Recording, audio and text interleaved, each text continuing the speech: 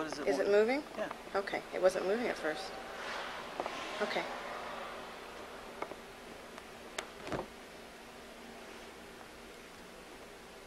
Out there. Do you want to be seen? Just roll. Is this light okay up there? Yeah, I think it's enough light, isn't it? Oh yeah. Yeah. Today's It's the 8th, isn't it? Eighth. What is the it? 9th. Oh, you're going to make me look Yes. it up. It's Wednesday. Now, you knew that was coming. It's the 9th. It's the 9th, August the 9th. Is it the 9th? Yes. It is. You mean I'm one day behind? Were you supposed to sign papers yesterday? No. Okay. We're at 319 West Street in Mrs. Fruhling's house, 1995. This interview is being conducted for the Vacaville Museum. This is side 1. 3 o'clock. I'm going to start the interview right now. How many years ago did you come to Vacaville, Mrs. Fruhling? I came to Vacaville in 1919, and I was 8 years old. 8 years old.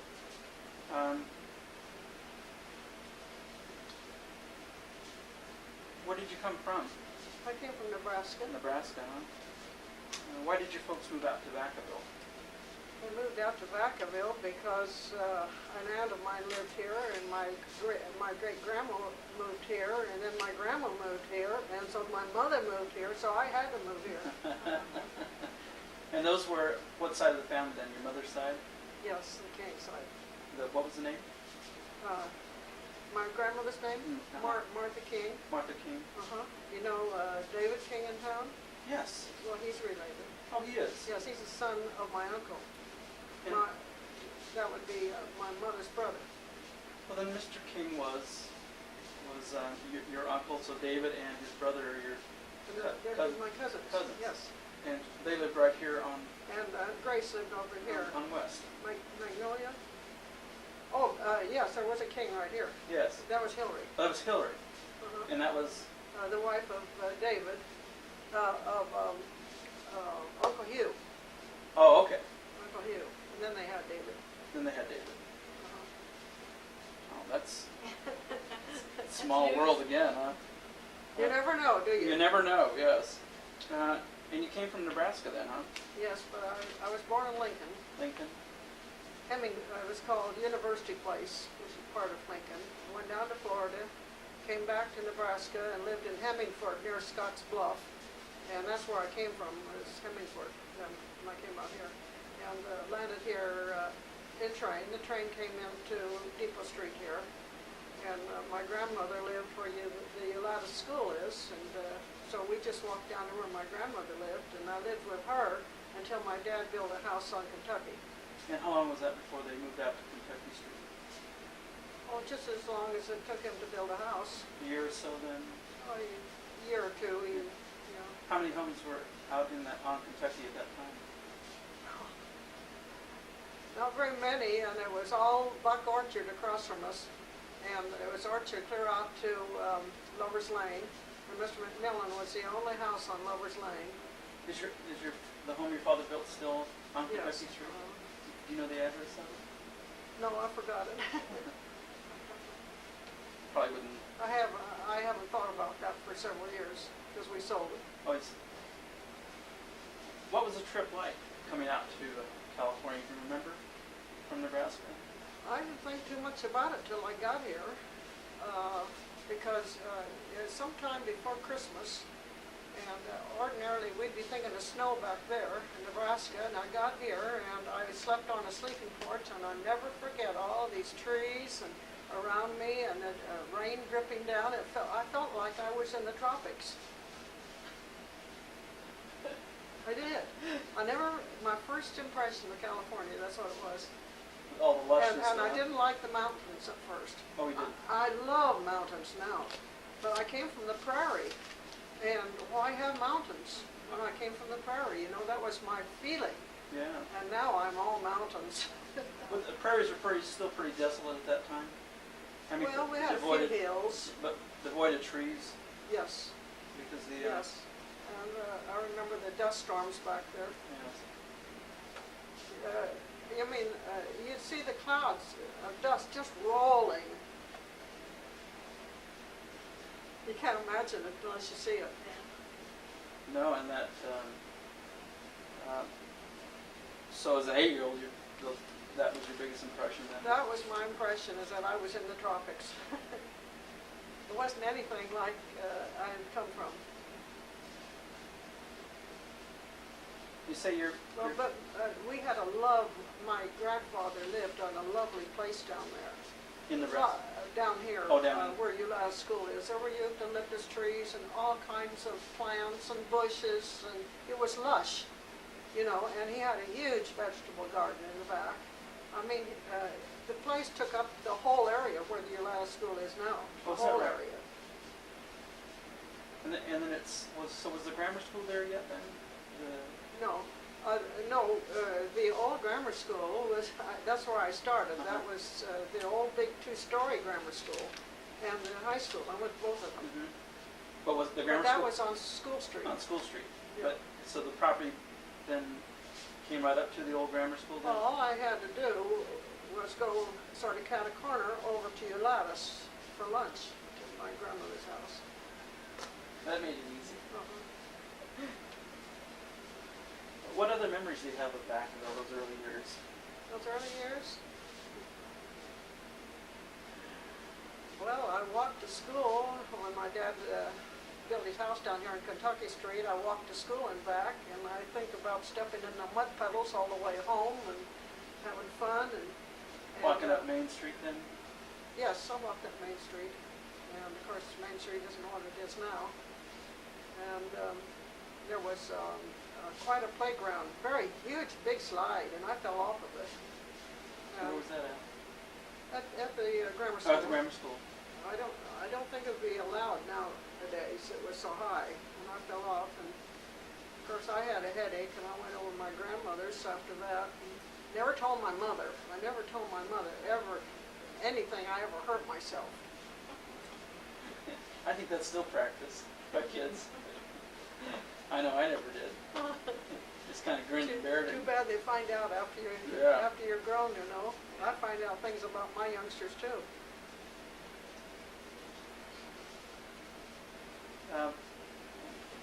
So you started, Oh, and like I said, that was all orchard. I had fun going in my dad built me stilts, and I'd go across in the orchard and walk on my stilts and be muddy, and I'd sink way down. And then I loved mountains. That's why I liked them. So when I was a youngster, I walked clear out to those hills and walked the crest of those hills all by myself. One day I asked one of my friends to go with me. Otherwise, I went alone. I wouldn't do that now. The times have changed. times have really changed. You wouldn't allow kids to do that right now. No, not to go out there alone. Never. My folks never thought of any fear of me going or anything, and I had no fears. I remember reading that what your great-grandmother was a Pinkerton. Pinkerton. Where'd you read that? In one of the articles Yeah. about They came from Pennsylvania. Pennsylvania. And what were they then? What is that nationality? I'm not sure what that is, but on that side it should be sort of Dutch, but I'm not sure. On my Johnson side, it's English. And they came out to California then when? When? I don't know that. No. But they were here when I got here. And that Grandma was- Pinkerton was here, but not very long. And that was your mother's mother then, huh? No, No. my mother's grandma. Oh, your mother's grandma. Oh, yeah. Great-grandma. My Grandma King was here. Your grandma King. Uh-huh. Grandma King and Grandpa King were here when Artis and Arthur were born. When two of my youngsters were born. What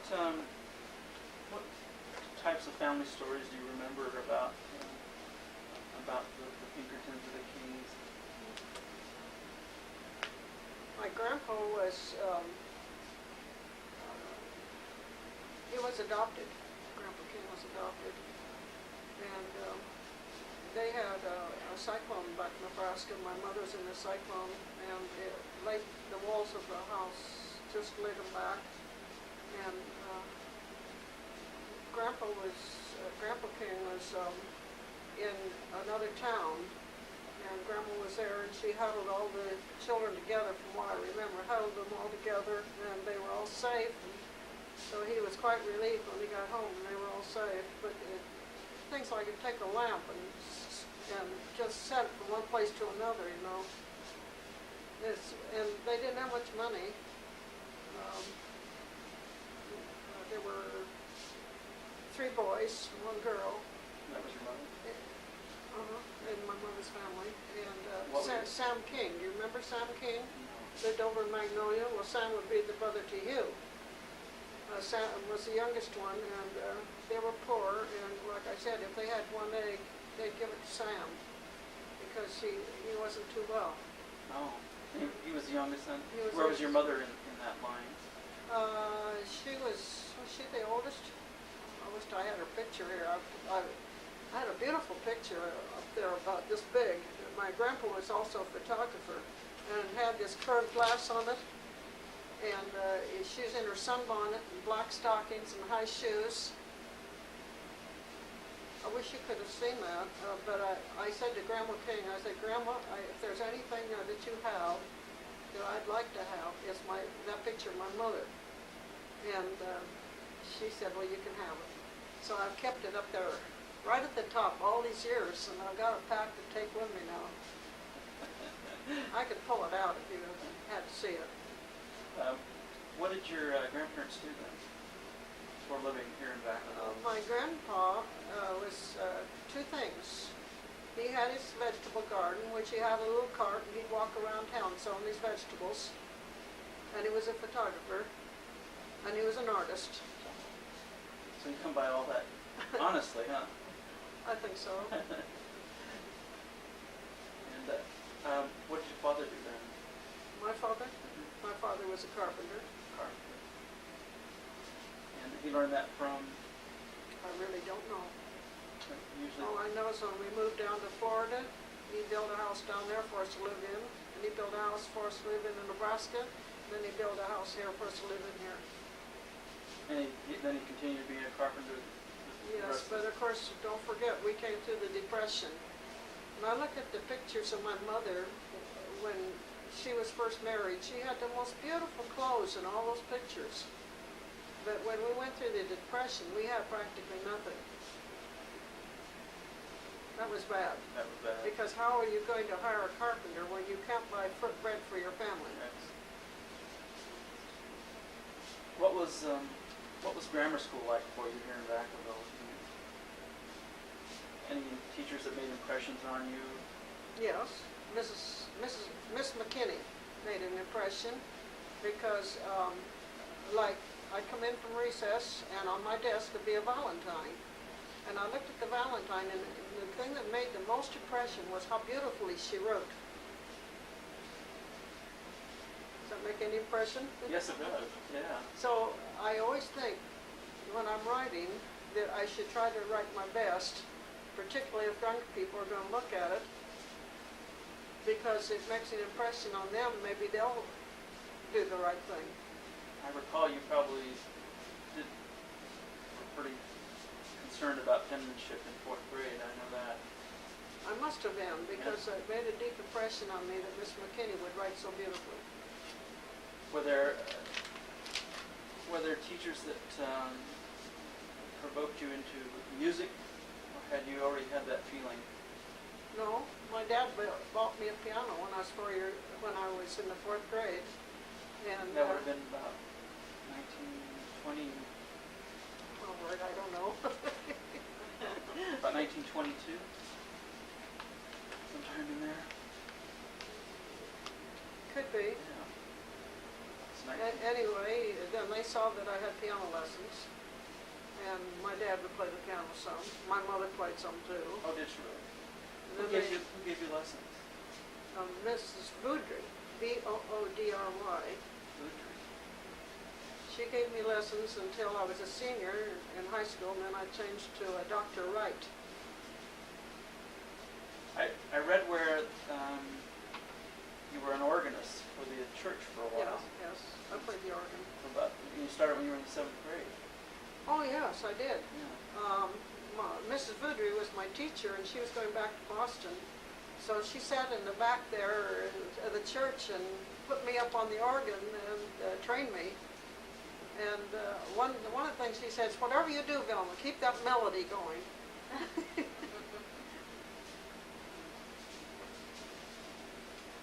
The look at my notes now. That was the Community Presbyterian Church. That's the one they tore down. They should never have torn it down. I'll tell you why.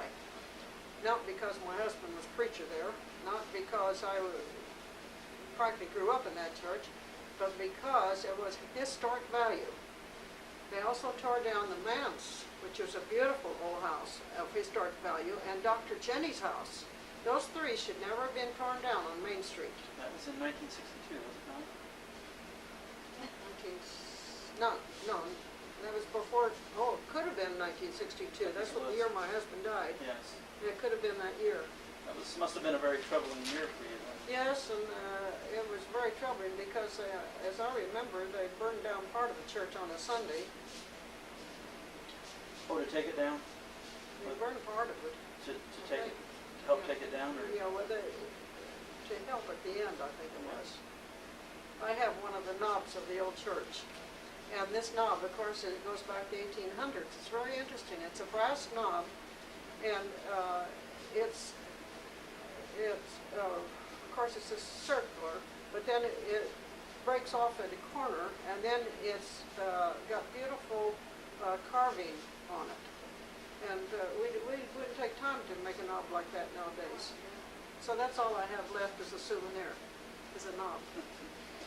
You mentioned the church. It changed its name in about 1924, did it? It did change its name. It was originally just Presbyterian, I believe. Now I've got that information on that. Yeah, I found it. I read an article where it was then renamed the Community Church. Well, my husband, when he came here, there were very few churches, 2 or 3 at the most. And his idea was to serve the community. Therefore, he wanted the name community attached to Presbyterian. Now, Presbytery, which is a group of Presbyterian preachers, did not approve of the word community in there because naturally they wanted to make everybody a Presbyterian. My husband didn't believe in that. He wanted to serve the community. And if, like Julia Bream, she used to come there, Yes. but she was raised as Catholic. He wasn't going to argue about that. Well, she can, huh? Why, yes.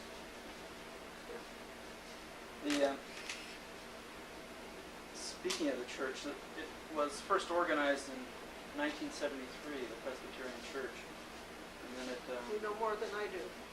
Well, in fact, it's out of a couple of the articles that you've written that I've taken the notes from, and it was based on some papers your husband had done on the history of the Presbyterian Church, and reading them, I've jotted down some of these things. You remember that church had a steeple Yes. and caught fire. Yes. And then it ended up in 1892 being built on the corner there with the church, the Presbyterian Church. In 1912 they built an annex, and in a couple of articles you called it the focal point of Vacaville.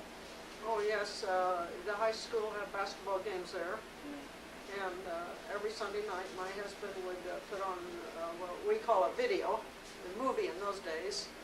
And there was a balcony upstairs, and people enjoyed sitting in the balcony. People of all denominations would come on Sunday night, you know. Of course, he took an offering, and he talked a little bit in between. But my husband was a great man. He'd go to San Francisco and look up movies. What year were you born then? 1911. 1911. Funny that annex came into being just about the same time you were born, and that for you to spend so much time in it. Yes, and it had a beautiful stage, you know, and there was a basement underneath, so the actors could go down there and dress, and it had a wonderful curtain. We gave big shows there in the annex. You, speaking of your husband, he came to Vacaville, I've read where 1914. I wouldn't doubt it. He was here, I believe, 43 years. and with him he brought the Boy Scouts. He started the Boy Scouts. Oh, yes, he took the Boy Scouts on big trips in the Sierras. He was quite a leader. And he packed 60, as small as he was, he packed 60 pounds on his back. How many years did he work with the Boy Scouts? That I don't know. That was before I married him. And afterwards he just organized them then in 1914. I really don't know, because that's before see, I came here in 1919. So, I don't know anything about that, except I know that he was quite a scout leader. He told me all about that. In 1919 he became the pastor of the ministry, didn't he? I'm not sure if that's the year or not. I've read that too, so. All right. You know more than I do. I'd have to look that up. Yeah, but in the local history book it mentions that in 1919 he became the pastor. He was a very fine man. You spoke a little bit about the Depression, and how it affected a lot of people.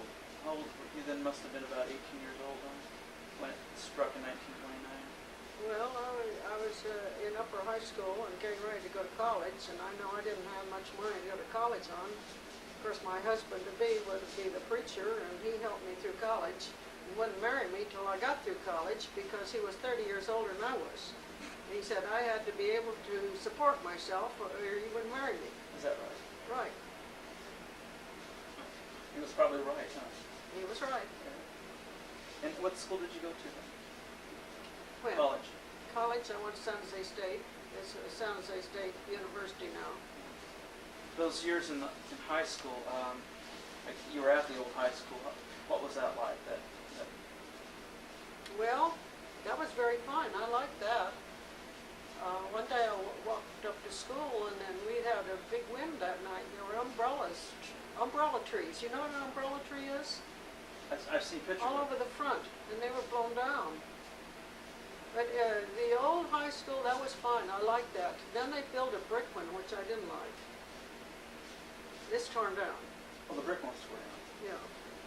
The brick one on the same property, but over to the left of Oh, is that right? high school, yeah. I always thought it was the same. No. It was over to the left there. And I don't think that any of the people hardly liked that big building. That's probably why I got tore down.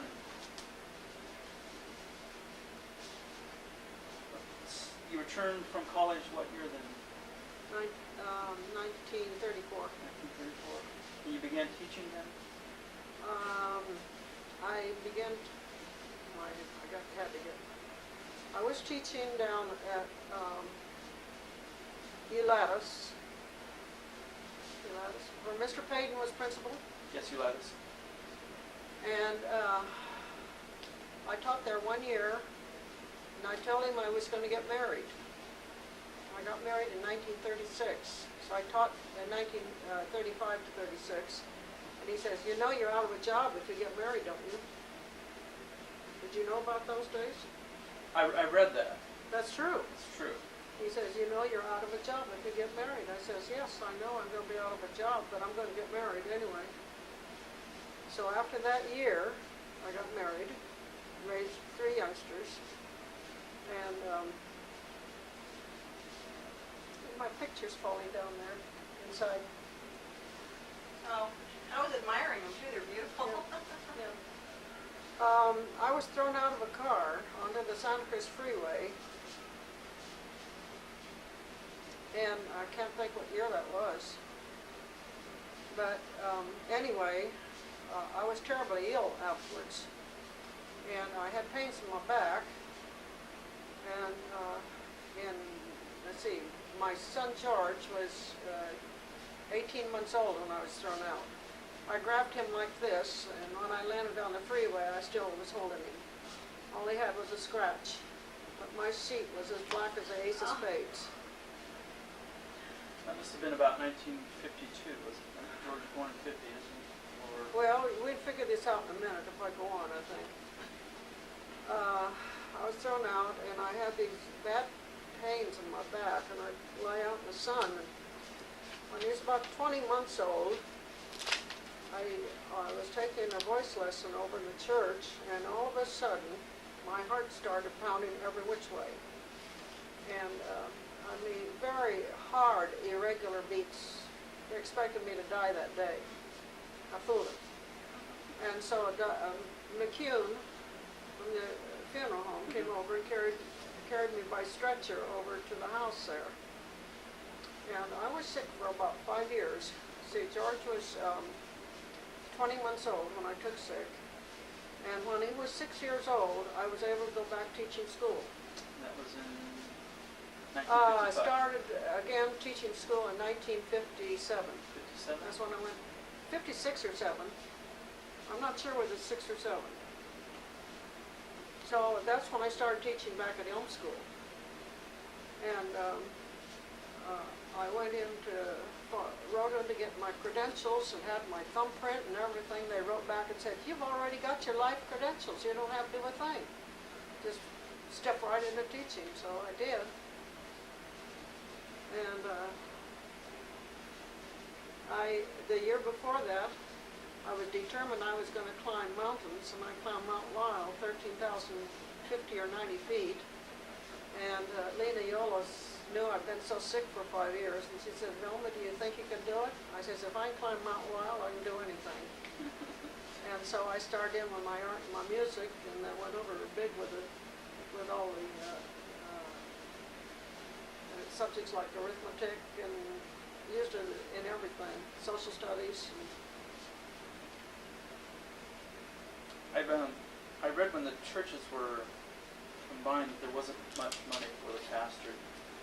My husband didn't know if he was going to get paid from month to month sometimes, and I don't know if you should advertise that or not. But 1 month, and this was before I was born, they gave him a chair like that for his month's salary. That was his month's salary, that month. How would you live on it? Well, I raised my 3 kids rocking the minute.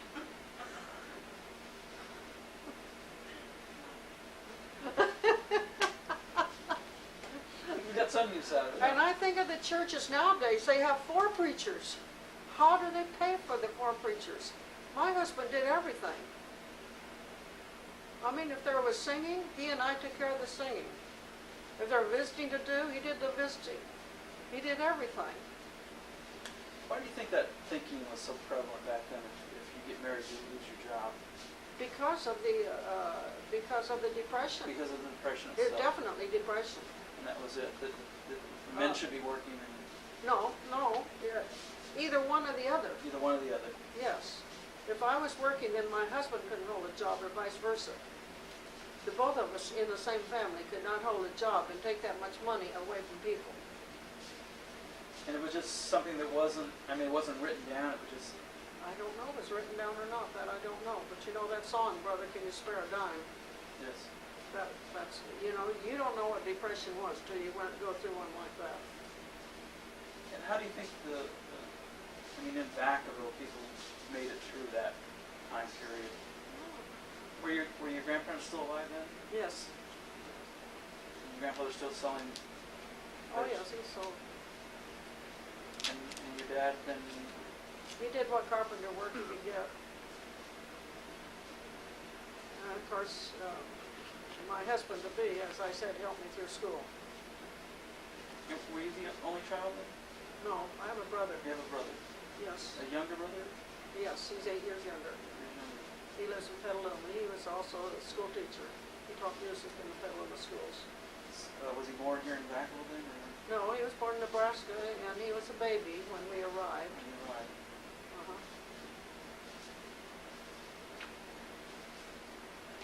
I saw that photo of clipping, the first class you had. You mentioned that time the children referred to you as Velma. Velma, because they all knew you as that. Huh? They all knew me as Velma. And I said, "You have to call me Miss Johnson." They said, "Oh, Velma." Did you ever get them to change that year? Yes, they did the right thing. By the way, I taught Bob power way back then. Way back then.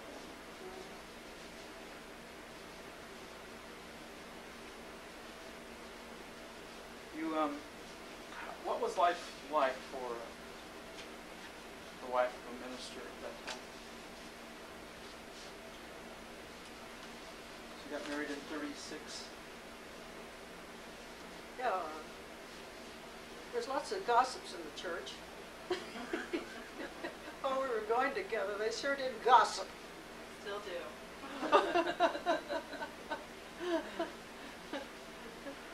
Oh, it was something, I tell you. Yeah, well, I told you about that we didn't always know if we were going to get paid, and that was a worry to us. And so one of the things I did was to teach piano lessons to help buy clothes for the children. When did the children, what year was your oldest born then? I'm not good at figures. Let's see. I remember Pearl Harbor was 1941. Yes. Yes. Huh? I think that's the year. I remember that I was walking into the brown room of the annex to work with the junior choir youngsters for church when I heard about Pearl Harbor. And artists would have been maybe, let's see, 41. She would just have been a little toddler, probably 1939. Does that sound right? And then George is probably 49 or something. Yeah. I think he was 2 years older than me. Well, Arthur was 18 months older. See, I had another boy. And George was 8 years older 8 years older. than either Artis or Arthur. I'm not sure which. Don't ask me about figures. I just like to forget them. Don't need him now. That's right. Yeah. In 19, so you mentioned 1941. The church bought the organ from the Clark Theater then. Yeah. I forgot that was Clark. Yeah. Or the Vacaville Theater. We carried the pipes across the street. And they paid, was it $10,000? Oh no, the organ originally cost $10,000. Well, originally it cost $10,000. I believe we paid $500 for it. 500. 500, and it was a beautiful organ. But of course, some of the people in the church and the presbytery too wanted to get rid of that building on Main Street. Maybe this should not go in the papers. I think those. You know, but a presbytery didn't like it that my husband had called it a community church. See, so there were things that they didn't like. They wanted everybody walking in that door to be a honest to goodness Presbyterian, and so they tried to say that the church was getting too old and so forth. And the presbytery are the ones that were helped, in my opinion, were the ones that helped to get rid of that church.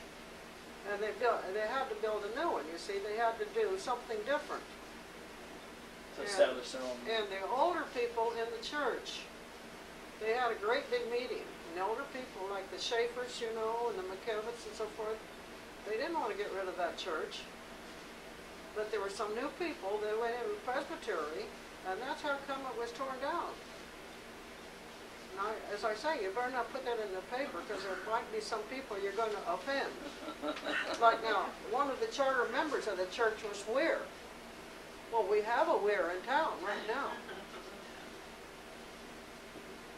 Judge Weir. Yeah. See? Was that his part of his family? Yes, it would have been probably his grandpa, or great-grandpa or something. I noticed in that picture that that you had a lot of Japanese or Chinese students. Yes, we did.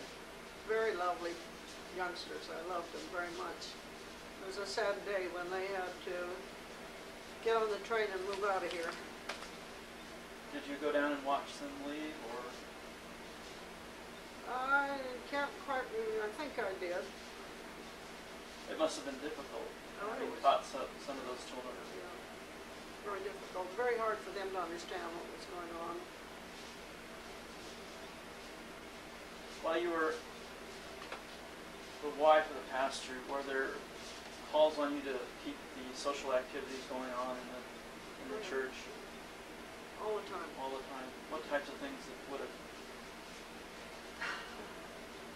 Well, I went visiting with my husband on the sick and the people in the hospitals. Remember one lady was run over here. We had to go to Vallejo to see her. And we had lots of social doings in the church itself. And there was the Ladies' Aid. And there was another group of younger ladies called the SDBC Club, and we call them some darn bum Christians. Don't put this in there. SDBC Club.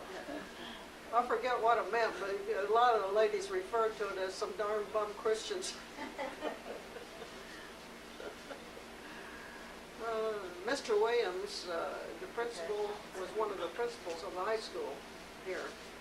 And the Williams were very fine members of the church. Was that part of those same Williams that donated some of the property for Andrews Park? I don't know about that. I don't know. But his name was Lemoyne Williams, and her name was Thelma. She played the organ also for a long time, played the piano beautifully. And they had several children. One of the boys just came to see me from way back east. So I called him. He came to the door, and I said, "Tommy Dick Williams." He says, "As long as it's you, you can call me Tommy Dick." When to get back when you were in school, did you ever happen to go out and watch the football games at the old field on Davis Street? Yeah. Was it- Oh, I watched the football games mainly, though, up over here. At the new high school? And I watched them play, what was it, baseball would be up the, Up the park? yeah. Up at the... But I know that the field was out there on Davis Street. In fact, I don't remember too much about that, just a little bit. I read somewhere that in 1943 you started a choir group. I started a choir in 43. I started a choir in 1933. 33. Maybe 33 is what it was. Yeah, when I was going to college. I came home while I was going to college and got on a bicycle and rode it around town and told all the youngsters, I said, that I'd see you to come down to the church. We're going to start a choir. Did the group have a name? Just junior choir. Just junior choir? And June Talbot was in it. And I'm not sure if the boy Talbot, or Harry Talbot. Harry. I'm not sure if Harry was in it. My brother was in it. That's all I remember right now that were in it. And they didn't have any robes, so I went to Sacramento and bought white flour sacks and ripped them up and made their white surplices and bought black ribbon and made black ties. So they had robes. And then I took them hiking out here, and that was the first choir. Who were the Fruhling Harmoniers? Oh. Well, when I was teaching at Elm School, there were 3 families that wanted me to give their youngsters voice lessons. And I said, I don't give voice lessons. But I said, I will take your youngsters and I will make a choir out of them. And that was the Lawsons and the Seconans and the Wards. Remember any of them? The Wards, I do. Patty and Billy Ward. Mm-hmm. You knew the Seconans, didn't you? Andy Seconan. Oh, yes. Andy and Carol and Joyce and Yes. Darlene and yes, Donna. they lived on McKnight. And Donna. Yeah. And Beth Lawson. Oh, Beth's my age. Yeah. Yeah, Mr. Lawson was a school... He was a teacher Teacher. at first. Yeah. he became administrator or or principal. principal, I think. Yeah. Anyway, that was the Harmoniers, but the Harmoniers grew to be about 30. And they used to meet here. What years were those? Oh, here we go, figures again. Oh, goodness sakes. It was while I was at Elm School. The last year I was at Elm School in 1966. So, let's say... You had me in 60... I had you in 60 and 61 if you were in that. Yes. I would say... And Beth would have been the same age. 64, 65. And then they kept on going. They After were- I got over to Willis Jepson, we still had the Fruhling Harmoniers here for quite a while. Yeah, they all would have been junior high school about that time. The Saconas are just a little bit older than me. Yes, but the Harmoniers had a variety of ages in it. Did you say you started teaching then about back to Elm School 55 or 56? No.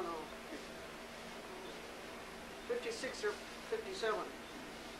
I thought it was 57, but I came across a figure that when I was cleaning in here and packing, that it said a 56 on something. Then I began to wonder if I was right. I've been saying 57 all the time. Would it have been the same year your husband retired? I'm not sure. What year did he retire? 56. I'm not sure. And then after that you moved here to West Street from the church. It was quite a move, too. Was it? Yes, because the old house, there, the old man's, that I said was a beautiful place, it was practically 3 stories high. Oh my gosh. You had a huge attic at the top. My husband, of course, was a very fine reader. He had thousands of books up in the attic. Not nearly as tough as this one, huh? To get back to your When we moved out of there, out of the house, the Burton boy was, what was his first name? Can't remember his first name. The Burton boy was a pal to my son George, son Arthur it was. And they built a slide going from the 3rd story down and just slid things down. I want to touch back a little bit about those days of the Depression. 1932, you probably were in school at that time, college, huh? Yeah, Uh, at college, San Jose State. yeah. But I remember reading about your husband speaking at a rally in front of the old Carnegie Library, and that had to do with the Communism was. Communist Party was trying to organize I don't know what it was now. some of But the farm labor. it's in the history book of Vacaville. And it was a very Frightening time. frightening time. Because people were carrying guns, and that's when Stadfeld, the,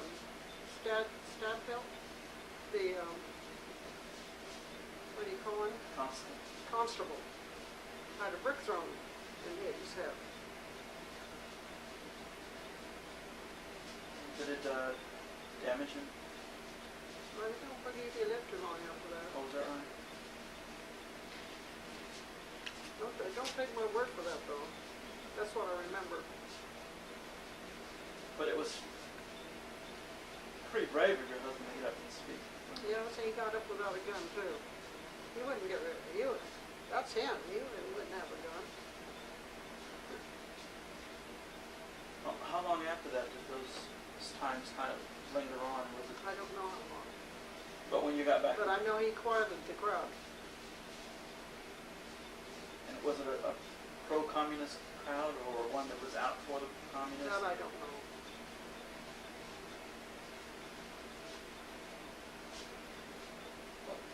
When you started teaching at Elm School, did you begin the choir right away? No. When Mr. Glines was the superintendent at that time when I started teaching at Elm. And he asked me if I wanted to take all the music of all the schools in Vacaville at that time. Of course, there weren't the number of schools that there are now. And I said, no. I said, I've been doing a lot of church work with music. And I said, if you just give me a 4th grade, that's what I'd like. Didn't last very long, though. The principal soon found out I had a secondary in music, and he came to me and he says, I want you to take the chorus. I said, no. He said, go home and think about it. So I came back and I said I would. So, see, I was asked to do it. I didn't ask for it. And when I went to Willis Jepson, I didn't ask for that either. I just went up to Mr. Corney, who was superintendent at that time, and I said I'd like to move to another school. And I can tell you why I'd like to move, but I don't want this to go out anywhere. I'll turn it off later, you can tell us. Huh? Well, Mr. Belinsky was principal, and everything was over flowery about me. All the recommendations and everything. You know, they went too far. And one day, I was on the evaluation committee to choose teachers. And he invited Mr. McCorney down there. And I came to find out the meeting was to try to get rid of Miss Yolo. Don't ever let this get out. Miss Yolo was one of the finest 1st grade teachers in the whole district that there ever was, and a very fine person. I would not vote to get rid of her. So I went up to Mr. McCorney afterwards and I says, I'm going to be on the chopping block. I says, I just want to move to another school before he puts me on it. So he says, how about taking music at Willis Jepson? I says, fine. See, I was asked to do that. He hadn't been there very long, had he? That principal was Mr. Sesma was there before. Mr. Sesma had been there, and another one I had was Layfield. Layfield was fine. Sesma was fine. Charlie Sesma, they were all fine, except I was going to beat Mr. Belinsky to the punch before he put me on the chopping block because I wouldn't do what he wanted me to do. What other teachers you consider pretty darn good at that time, or? Well, another one that Mr. Belinsky had not trouble with, but I should say she had trouble with Belinsky. Hold on. Back up a second. Oh, good. Well, What happened to Miss Yolo? I mean, did they? Miss Yolo? I know she continued on, right? Did she? Side to. She went to Payton School. So did Bev Hansen that same year. And I moved to Willis Jepson that same year. But when I got back to Willis Jepson, Mr. Berlinski said, did you ask to leave this school? I said, I sure did. That's all I said. I sure did. And Ethel Hoskins and I went out to see Helen Brazelton to let her know what was going on at the school. Because there was more going on than what I'm telling you. Yeah. There shouldn't have been going on. Ethel is He went with a good many of the lady teachers, and he had a wife who was married. Ooh. And I had seen too much. That was another thing. I saw far too much. But then, now, this I don't want to go past us here. But I had a very good reason for leaving that school, and if it hadn't have been for that, I'd have probably taught 4th grade until I quit. Because I loved those 4th graders, so you know I did. I thought there was nothing like 4th graders. That I wasn't going to stay there and let Mr. Belinsky put me on the chopping block. Just because I wouldn't do what he wanted. And Lena and Bev Hansen and I all left that year. Miss Hanson was a 3rd grade teacher. Yeah, I think she did. Yeah, I had Mrs. Hanson for 3rd grade. She's a very fine person, Yes. and very diligent and worked hard. I went to school. I mean, she put her schoolwork first in her life. I went to school with her son Larry. Larry and I same age. And Lena is a... How can anybody ever hurt Lena? I too interviewed Mrs. Fruhling by John Vasquez. Velma Fruhling. Mrs. Fruhling. Students always do Always this. Mrs. Fruhling. As long as I live, they call me Mrs. Fruhling. Always. And Mr. Nelson, Mrs. Fruhling, I mean, it's Yeah, I still have a difficult time talking to any of my school teachers with them and addressing them in that fashion. Well, we did grow up. I think I've grown up yet, I'm not sure. What did your husband do after his retirement? He didn't do enough. He died too early. That's the trouble, you know, when you retire, you've got to keep going, or you don't live too long. But however, it could be that because he had been thrown out of a car too at one time and left for dead on the freeway. What year was that? I know it. Were you married then? Or was- Yes, I was married.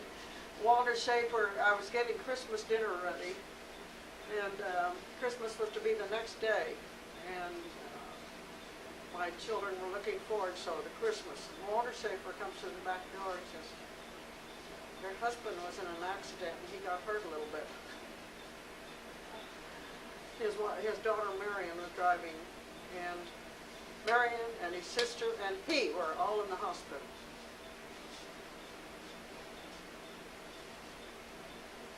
And I couldn't even think of Christmas then. And Artis and Arthur couldn't understand what had gone wrong, that I couldn't think of Christmas. That was all Tried right. my best to have Christmas the next day. Going to the hospital, huh? Where was it? The hospital I was... spent a lot of time in the hospital. Yeah. Where was the hospital at that time? Fairfield. Oh, Fairfield.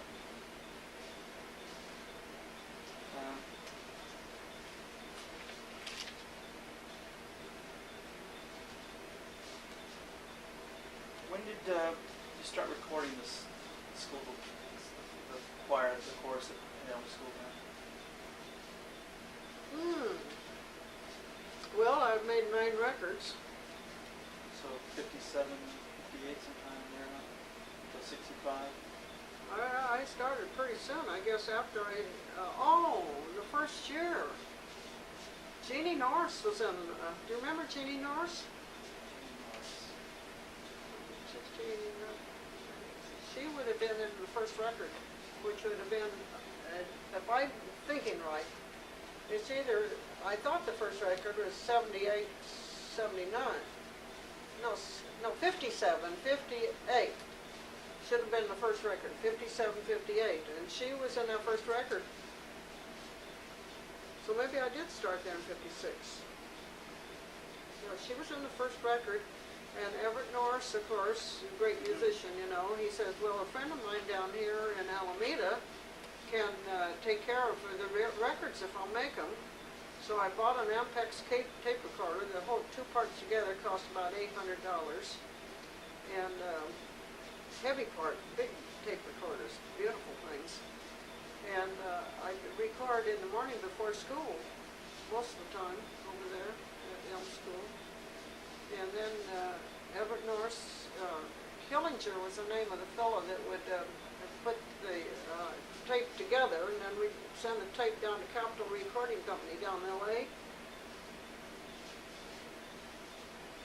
I remember my 4th grade year when we actually recorded at the church itself. Yeah, we came down to church too.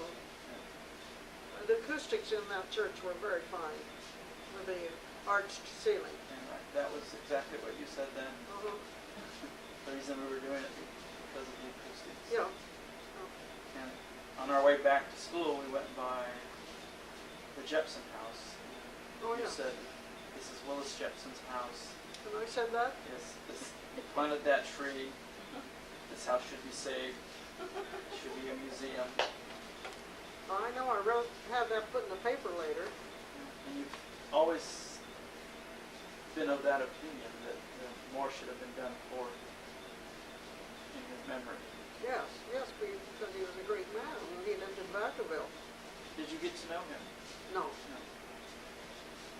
Did you ever meet him when he would come back? I think I know him just from his pictures. His pictures and his works? Yeah. And in reading that article, you can, it was indicated to me that you had a lot of feeling for him. Oh, I do. I definitely do. Because after all, I loved the mountains, and I love the flowers I see in the mountains, and I loved all that he loved. In fact, I think I read someplace that you thought about after you retired that you even joined the Sierra Club, and that he was very active in. I've been a member of the Sierra Club for a good many years. I'm not right now because I'm. Funny thing, but I got to save money right now.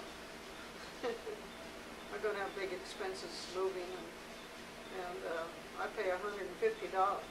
$150 taxes here, and I'm going to be paying $1,500 up there. So I've got to save money for those taxes I'm going to pay. Of course, I won't have sales tax. That helps, but it won't help too much because I already own about everything I'm going to buy. Yeah. And what you have to buy, it won't be the. What other individuals do you think were very prominent during those?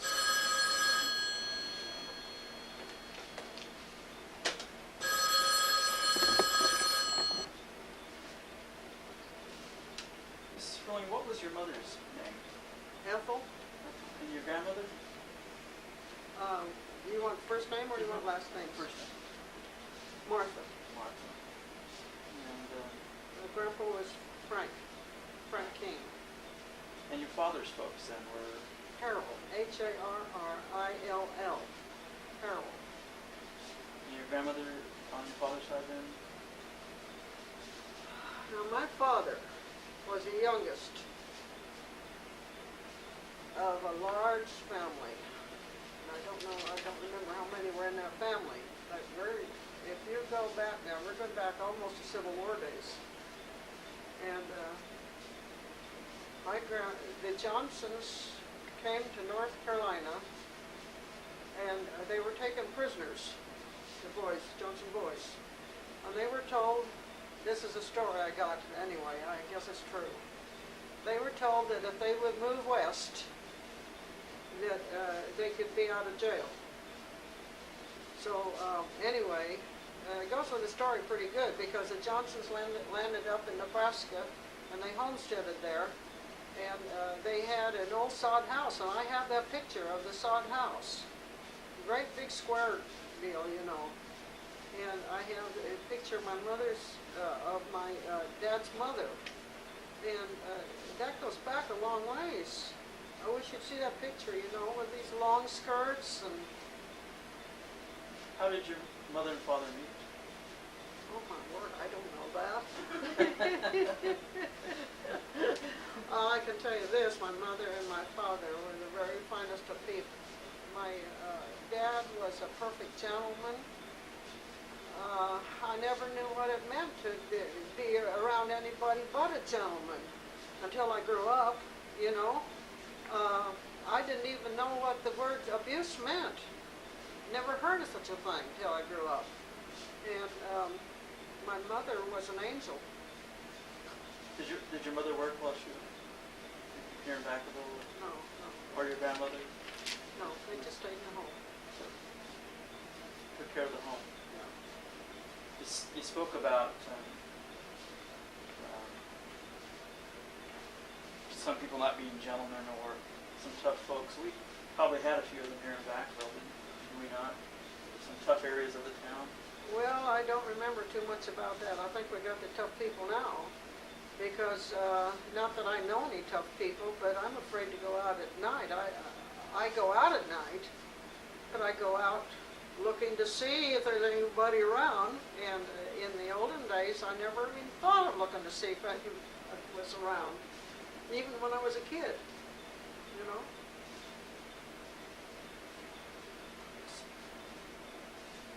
What do you think moved you to music? Why do you think you were so taken by it? Oh, I love music and art. I love them both. I had a hard time choosing which I was going to major in when I went to college, and I finally majored in music, decided myself, and minored in art. And I just think I'm that type of person that just likes those things. You know, I'll have to confess to you that I don't know that I would have taken an interest in any of those had you not been my fourth grade teacher, and I think I can speak for a lot of students that you've had. I mean, it was, if you got Mrs. Fruhling, Well, you got chorus. And well, you see, music and art could be correlated with almost every subject I've taught. And I can see visions of the children down on the floor drawing and doing things, and then we take and put all these up in the multi-purpose room on display. But it was, you made all of us do it, whether we really wanted to or not. I mean, you forced us to. I forced you to do it, huh? No, I won't say forced us to learn to appreciate it, I guess. Okay, all right. Because had you not pushed us in those directions, I doubt You wouldn't have done it. any of us would have picked it up. And I think you need that strong personality that you. Well, I think it's just like a child that wants to take piano. They don't realize when they want to take piano, unless they're a prodigy, and heaven forbid. Because a prodigy must have a miserable life. A child naturally wants to play first. And I think if parents are going to just stop a youngster from doing something that's educational and from taking music or art or anything, they're going to stop them because they haven't been encouraged to go on every day and sort of prodded in a way to keep at it. It takes the backing of the parents or the backing of the teacher to do these things, because naturally a child would rather play. Yes. And you just have to keep at this. Well, I thought that you took away the, I won't say the embarrassment, or the fact that maybe some of us couldn't sing at all. And you taught us that, yeah, we all could. And I can remember you situating people with a little more talent in and around those of us that had less. And after a while, you learned that being next to someone that. It helps you stay on. Yes. Another thing is, if you put the person that has a true pitch on the top row rather than the front row, you would naturally think you put the person that's the best singer in the front row. That's wrong. Because you're going to put the person that can't hardly carry a tune in the back. How is he going to be helped? You help him by putting him down here and put your voices and find it easier to sing up here so he can help the one in the front. So here's in the back. Yeah. Is there a system that you used while you were teaching? A system that I used best. When I first started my first choir, it was practically all rote. And you might be interested to know that the Japanese in their what is that Japanese violin system? Suzuki, yeah. They teach everything by rote to begin with. I went to the workshop for Suzuki. They had these little 4-year-olds, walking around playing. They never saw a note. They could play and just walk around so beautifully, and then they had seniors too that were, of course, they were reading music. But here I'm saying there's something in favor of rote music. And I did a lot of rote music until I went up to Oregon and took further education from teachers who went to Hungary to learn it firsthand. And that's called the Kodai system, which is Kodai, pronounced Kodai. It looks like Kodali. Okay, these teachers went to Hungary to learn this, and I wished I'd have known it forever. But I didn't know it forever, So I went up there 2 different summers and learned it. When I came back, the students that I had for the last years I taught, got the really beneficial education because they could teach what I was teaching them. Was that right? They could learn to tie their own shoestrings in music.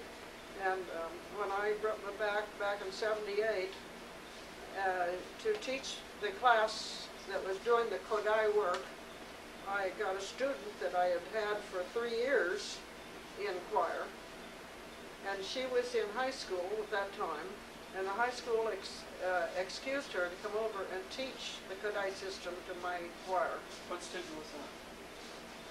What year was it? What 78. what was the student's name? Do you remember? Margaret Garlett. Margaret Garlett. Her name is now Margaret Carlson. Yes. She lives in Arkansas now. Yeah. Oklahoma. But I was in bed for 6 weeks. She took my class for 6 weeks from high school because she had learned the Kodai system under me. You may find her name mentioned in some of the papers. That's her.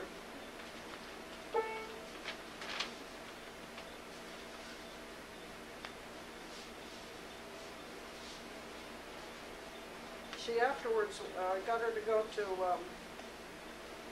Mills College, is it? They give a degree in the Kodai system at Mills College. And she went there for 2 years.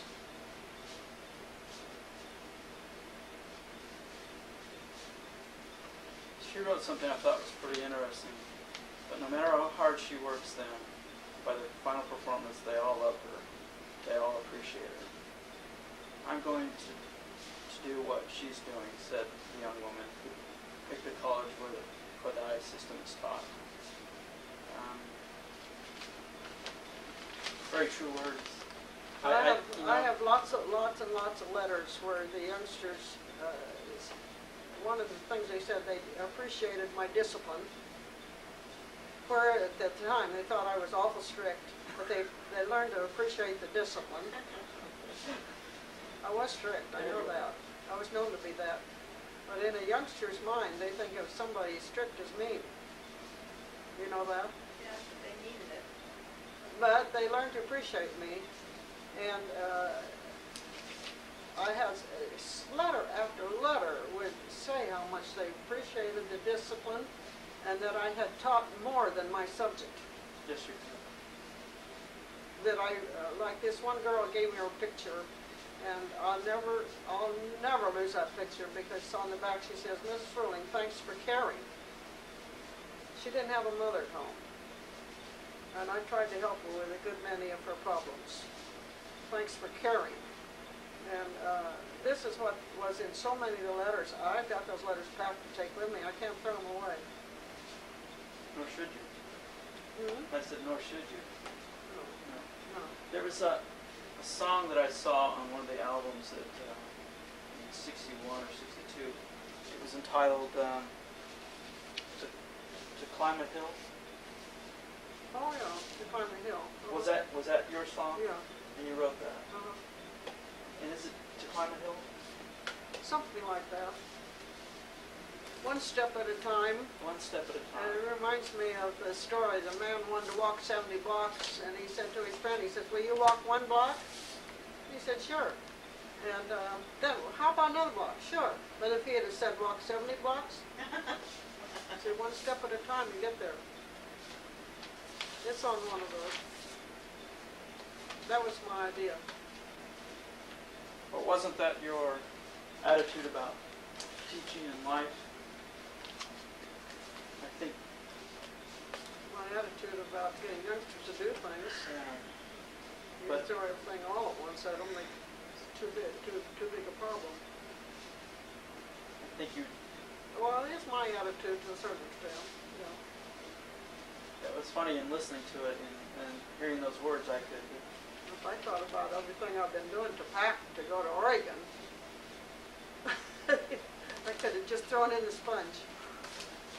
But that's not your nature.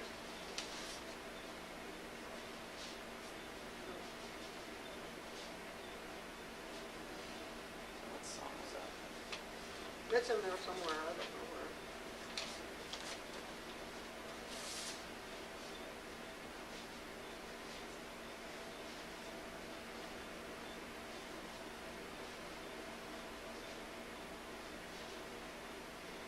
There's also a song titled Vacaville Gold. And it's Harvey and Laney were the writers. Who? Harvey and... Laney. It's almost like a poem. Well, now Harvey Leahy, Mrs. Harvey was a 4th grade teacher. Ms. Leahy, I believe, was a reading teacher. Vacaville Gold, verse choir. Verse choir would not have been a song. No, it was like It would have been a poem. poem. Yeah, and evidently they wrote it. We put on a great big show at 49ers or something, and Vacaville would go, you know. We put on a big show at the school there, and those teachers, I guess, wrote the poem, and I did a verse choir of it. Talked about the early days in Vacaville Yeah. picking fruit. Was that Mrs. Harvey who was Virginia? married to Jack? Yeah, And they had a daughter, Dottie, yeah. who graduated with me. I thought so. A hill is not too hard to climb. Right. Is the title of the song. And the idea in the poem is one step at a time. One step at a time. And of course, that's the way I climb the mountains, is one step at a time. You see, when I had this, the heart attacks, it wasn't a heart attack, it was uneven heartbeat. It happened twice. It took me down 2 times. But my idea was to strengthen my heart, I was going to walk. That's why I went to the mountains and climbed all these mountains. That had to be, when was the heart attack? What year was that? She's going to throw me out. It's when my son George was 20 months old. Oh, okay. So that was about 1950, 51. Somewhere in there. Yeah, I guess that's about right, because he was 6 years old when I was able to go back and teach school. Yeah.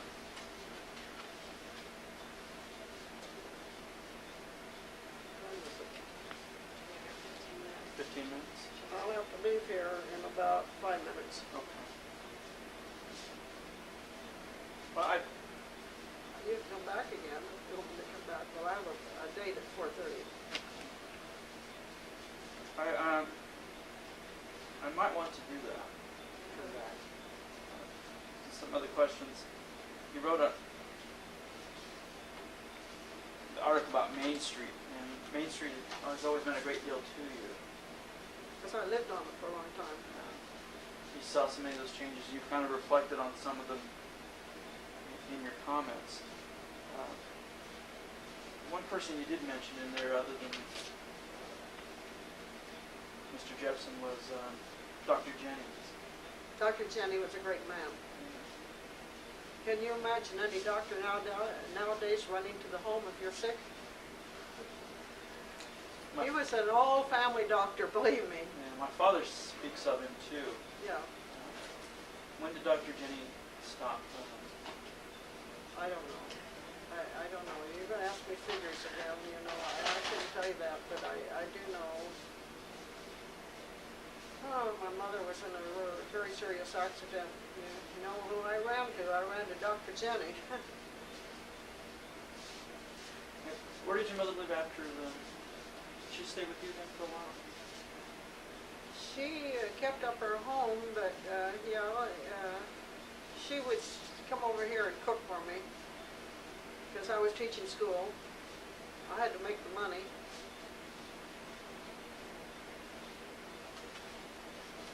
It was, She liked to do it. I remember you when you had to put her in the convalescent home. That you came and asked my mother if we could take the float over to the convalescent home because your mother had always enjoyed the parade. Oh, yes. We That still was a do- great thing. We still do that. Oh, that's wonderful. It's wonderful to think of the older people. It's, and we've continued to do it since that time. Yeah. And it's, we've enjoyed it anyway. Well, I look up to the Vasquez family. Oh. It's only because they're looking up to you.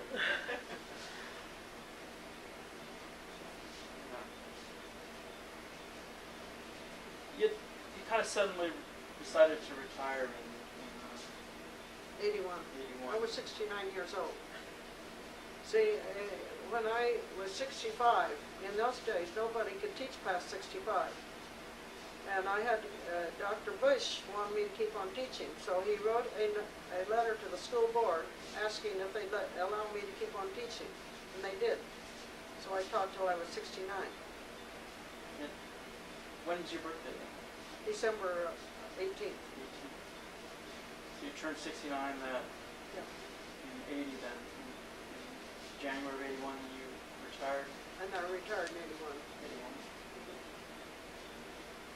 How were those first few days? Of not When I having to be... retired? Ah, terrible. Nothing to do. No youngsters around.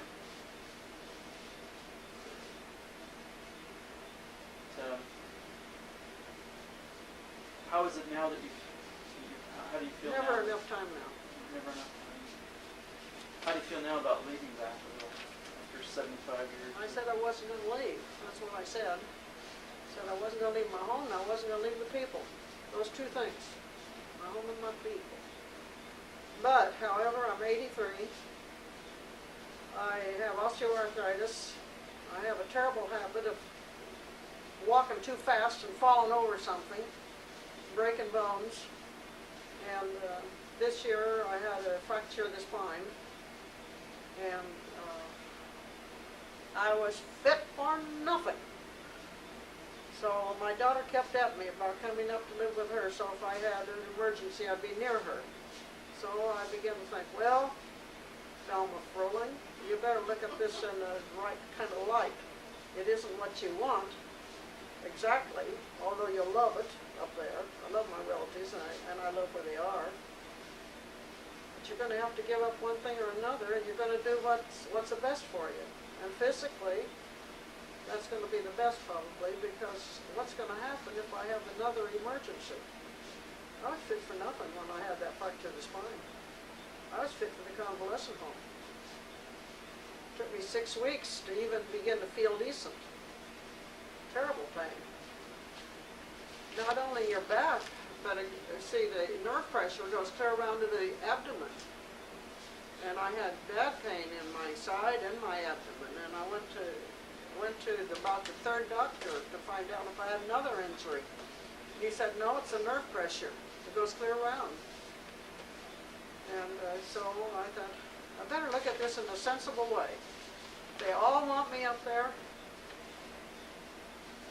I better give up my home. I better give up the people here and go up there where they want me, because I'm not going to get any younger. It's a sad story. But it's a happy beginning. Yeah, they want me up there. That's right. You've got 26 people that want you. Don't work it out.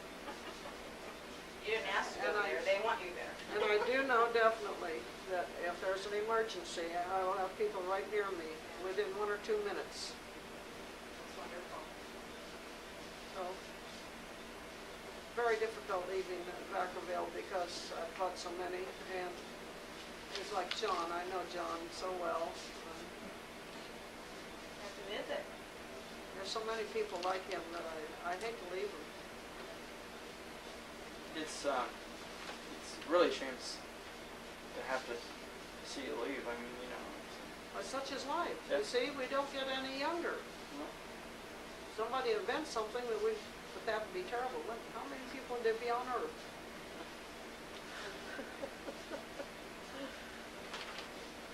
during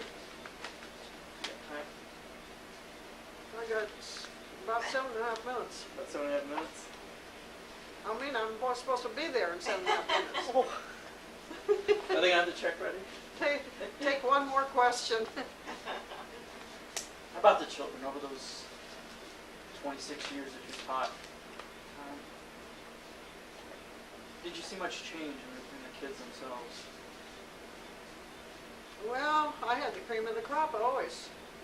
Yeah, some years maybe just a little bit leaner than others, but always a cream on. No, I always had the cream of the crop. They always were good. Yeah. I did hear about like in another wing of the school, I did hear that somebody would have been carrying chains. I didn't have any trouble in my wing. Afraid to. You have mentioned that several times, that the cream of the crop, you always had it, but you know, I still have to go back to the fact that you drew that out of everyone. Well, I had a habit of watching to see what every child was doing. I know that. And I could pretty well tell if there was trouble. And it's, I can look back at some of the school teachers that I had, and there are a few I can point to. And my mother's always said you were probably the best that any of us ever had. And Well, I tell you, I loved what I was doing. And that was my work was a 7-day a week. But I did it because I loved it. And in 1980, after I got elected to the city council, I was asked to, by one of the members of the student council, to visit Willis Jepson. And I thought, well, that would be fun because I hadn't been back there in some,